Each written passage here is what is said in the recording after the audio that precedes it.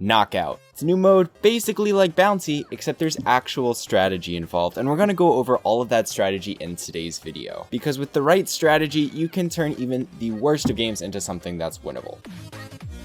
At the start of any knockout match, you always want to try to focus on who your best matchup is going to be. You don't want to ever take on multiple people at one time at the start. You only want to focus on the one person you think you have the best shot at taking out. But at the same time, you don't want to tunnel vision on a single person and end up getting split apart from your teammates. You always want to make sure you are close enough to your teammates that you could help them if they get rushed by someone like an Edgar or a Mortis. But you also want to be fairly far apart, so that way your opponents can't just completely take you out with area damage. Basically, you just want to sort of hold lanes like you would in other 3v3 modes. Now, you only want to push on one of your opponents if you know you can take them out and you know that where you'll end up after taking them out won't put you in a vulnerable position. Because if you have to walk really far onto your opponent's side of the field to take one of them out, then you're probably just going to immediately die right after you get the kill, and so you won't really be getting an advantage for your team. So generally speaking, you do want to play pretty conservatively at the start of the match. Whenever you take damage, it's always good to make sure you just fully heal before you go back in. There's no rush whatsoever, so taking a lot of time to heal in between pushes is totally fine. Or even if you can like auto charge your super, just camping behind a wall is totally fine for a long period of time. If you're running Bo with the super totem, or Edgar, or Amber with her wild flame star power, or even Daryl, you are gaining an advantage by literally just standing behind a wall and doing nothing. Whereas in other modes, if you do nothing, your opponents are going to get closer to some sort of win condition, but in knockout,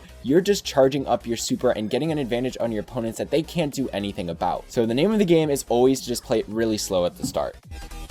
And then after a while, you'll have done some pushes, maybe your opponents will have pushed and you'd have to defend, and you can end up in a lot of different situations. You might have an extra person on your team, or your opponents might have an extra person on their team, or you've each gone one brawler down as a 2v2. In any of these cases, there's sort of a different strategy you want to adopt. If you have more people alive on your team, you basically just want to try to run away until you can fully heal, and then that'll basically solidify your advantage. You're now at full health, and you'll have all your ammo, and you just have more people than your opponent. So you should be able to close that one out. You want to try to pinch the opponents one by one if you can, but if they stick together a lot, then you just sort of want to play it normally, slowly push up. Don't get too aggressive, because even though you do have a one-person advantage, it still is possible to lose. But if you play like that, you should be able to very consistently win games in that position. Now, if you're on the other side of it and you're in a 2v3, you really want to try to catch your opponents if they ever split off from each other. Because if they do that, you can just take off one of those split brawlers and 1v1 them immediately, and that's obviously going to be a lot better than if you're trying to 2v3 them all at once. And if you slowly wait for them to split off, you can just 1v1 every single one of them,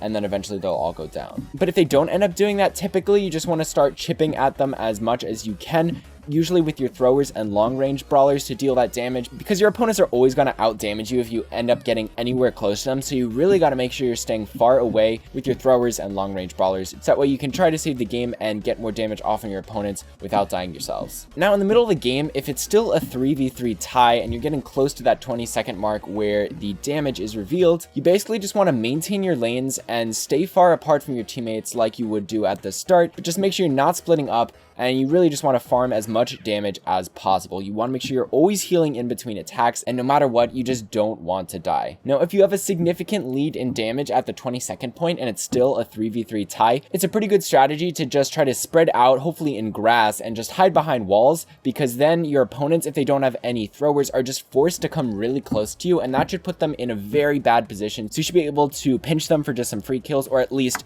push them back and get a lot of damage out of it. Now, if it's a 2v2 or even a 1v1 tie in the middle of the game, and you're not playing against throwers, usually it's just best to run away and avoid all interactions until 20 seconds remain and you know who has the most damage. Because if it's at 20 seconds and you have the most damage, then you'll be at a huge advantage, because that forces your opponents to try to attack you, because otherwise they won't be winning the game at their current state. And whenever they're the ones constantly making the aggression, it's a lot easier to punish them for it, because you can easily react, whereas they can't react because they have to keep applying pressure or they just lose. Now, if you're not ahead in damage at 20 seconds and you're at a 2v2 or a 1v1 tie, then you want to try to force your opponents to split up if there's two of them, obviously, or just force them to be very grouped together. Either one of those is ideal, because if they're split up, you can sort of treat it as a 1v1 and try to win it that way by picking them off one at a time. Or if they're grouped together, then you can use some sort of area damage to get a lot of value out of that. Or even if you're just a single target attacker, it's just going to be a lot easier to hit your opponents if they're really grouped up like that. So try to just pressure them towards their spawn, try to split them up with your attacks, and if that doesn't work, then just try to force them them to group together,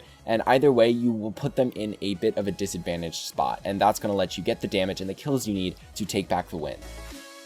Now, the last possible situation that could happen, probably the worst possible situation you want to be in, is a 1v3 situation. Now, what to do in these situations is very dependent on a lot of things. First of all, if you're a thrower, you actually don't have terrible odds of winning, because if you can just sort of camp behind walls and attack your opponents, it's actually perfectly likely that your opponents won't be able to kill you while you're just farming damage over the walls like that. So if they have a massive advantage like that, they're definitely going to constantly try to go after you. So you really just want to keep running away from them and never stop moving behind a wall or something like that, because then they're eventually going to pinch you, coming at you from two different directions, and there's going to be nothing you can do about it. So you want to keep moving, keep running away from your opponents, and whenever you're dealing damage, try to focus it mainly on one person who is going to be the closest to you, who has the shortest range, because it's easier to build up kills when you focus all your damage on one person rather than spreading it out among all your opponents and maybe giving them the chance to heal in between that. And then eventually, after you get enough damage, you'll probably charge up your super, and that's when you want to finish off your kills against your opponents. You really don't want to waste your super, because it's very difficult to get in a 1v3 situation, so it's sort of your only shot at winning the game is if you hit your super correctly. Now, in a 1v3, in this situation where you're a thrower, it's usually okay to use gadgets as long as you still think you have a decent opportunity to win, or if you'll just get a fully charged super because it puts your opponent in a really bad spot. And then that's basically the strategy you want to adopt. Once the game reduces to a 1v1, at that point, it's tied. If you're winning in damage, you just want to sort of run away and not let your opponents get to you. If you're not winning on damage, you want to still apply a bit of pressure, but since you can hit your opponents over walls, you will have a pretty good advantage for those last couple seconds. Now, obviously, this is all relying on the fact that you're a thrower, which gives you a pretty good advantage even if you're alone. But if you're not a thrower, basically what you want to do is just hide. And the reason you want to do this is because you want to force your opponents to make a mistake, which is to just completely split up while trying to search for you. And if they do that, then you can take them on one by one, and you're a lot more likely to win a 1v1 than a 1v3. So if they split up and one person gets near where you're hiding, you can quickly come out from hiding and try to 1v1 them, and if you win, then it goes down to a 1v2, which is already a much better situation. And then you sort of just want to do the same thing in the 1v2 situation as well, unless you think you can take both people at the same time, which can happen in certain cases if you're a really aggressive brawler like an Edgar or Mortis and you know that your opponents won't be able to deal with you rushing in on them. But if not, once again, just try to force them to split up or completely group together and take advantage of whichever position they're in. But if you're not a thrower and your opponents don't split up trying to search for you, there's really not much you can do. If they all stay pretty close together, able to defend each other, there's basically zero chance you can win. Because if you're not a thrower, you won't have a good chance at hiding, and if you want to attack them, you're gonna have to come out from hiding at some point. And when you do that, they'll have so much more damage than you, and it's very, very unlikely, unless they're really bad, that you'll be able to juke all their shots. So in this situation, you just want to give up.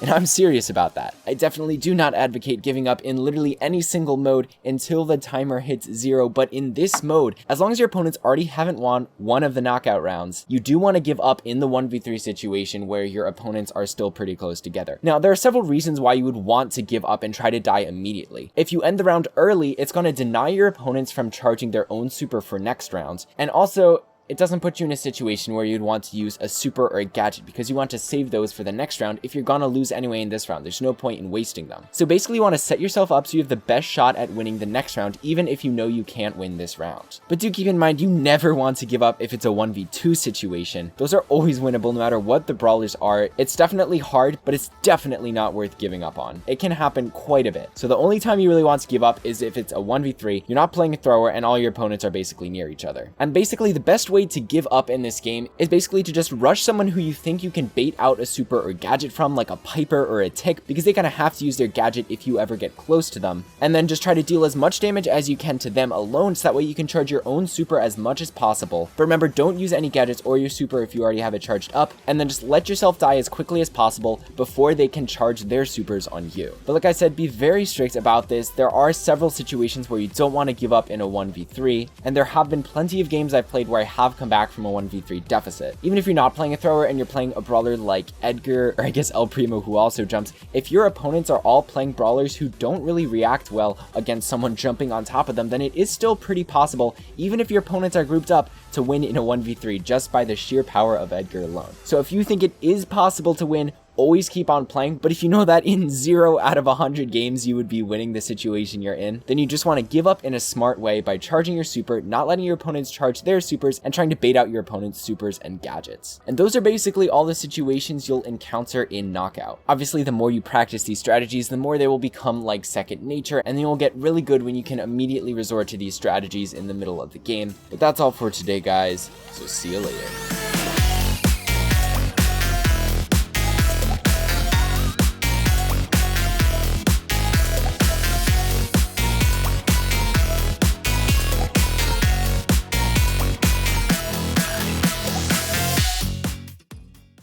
Imagine if Knockout gets removed like a week after I post this video. That would be a classic.